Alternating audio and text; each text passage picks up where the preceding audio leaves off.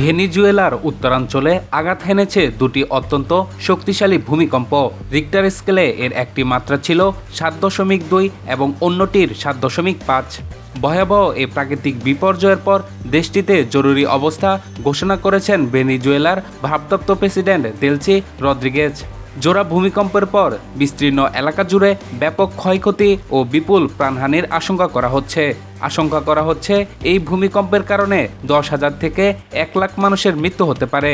কাতার ভিত্তিক সংবাদ মাধ্যম আল জাজিরা জানিয়েছে, মার্কিন ভূতাত্ত্বিক জরিপ সংস্থা জানিয়েছে গ্রিনিচ মান সময় রাত 10:04 রাজধানী কারাকাস থেকে প্রায় 284 কিলোমিটার পশ্চিমে সান ফিলিপের কাছে প্রথম 7.2 মাত্রার ভূমিকম্পটি আঘাত হানে। এর ঠিক পরপরই কারাকাস থেকে প্রায় 293 কিলোমিটার পশ্চিমে ইউমারের কাছে দ্বিতীয় ভূমিকম্পটি অনুভূত হয়, যার মাত্রা ছিল 7.5। ভূমিকম্প দুটি মরুন শহর থেকে 21 কিলোমিটার দূরে ভূগর্ভে উৎপন্ন হয়েছিল।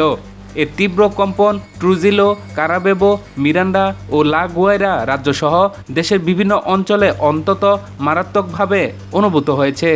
ইউএসজিএস তাদের প্রাথমিক মূল্যায়নে জানিয়েছে ব্যাপক ক্ষয়ক্ষতি ও বিপুল সংখ্যক মানুষের হতাহত হওয়ার আশঙ্কা রয়েছে এবং এই বিপর্যয় সম্ভবত বিস্তীর্ণ এলাকা জুড়ে ছড়িয়ে পড়েছে।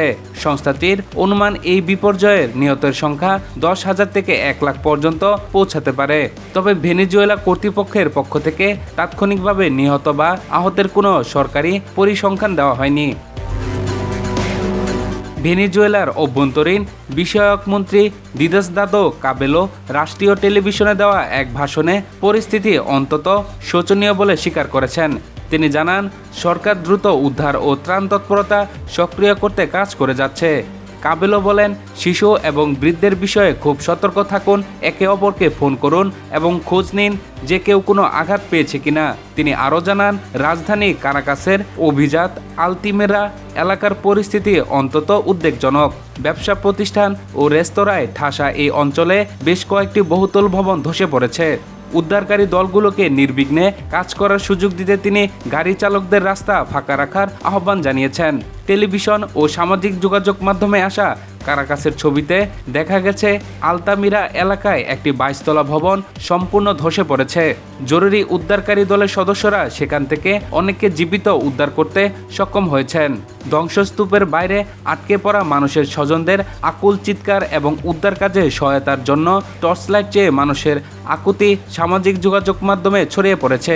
মিরান্ডা রাজ্যের চাকাহোর মেয়র জানিয়েছেন, তার এলাকায় অনেক মানুষ হতাহত হয়েছেন বলে তিনি আশঙ্কা করছেন।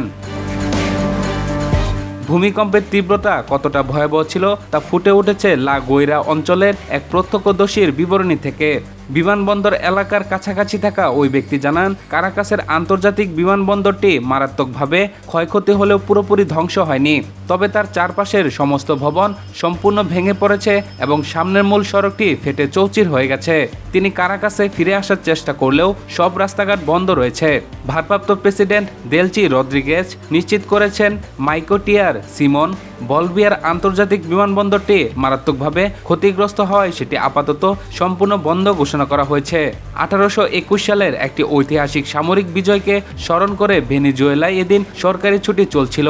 স্পেনের কাছ থেকে দেশটির স্বাধীনতা নিশ্চিত করায় এই উৎসবে মানুষ ঘরে ঘরে অবস্থান করছিলেন। ঠিক তখনই ভূমিকম্পটি আঘাত হানে।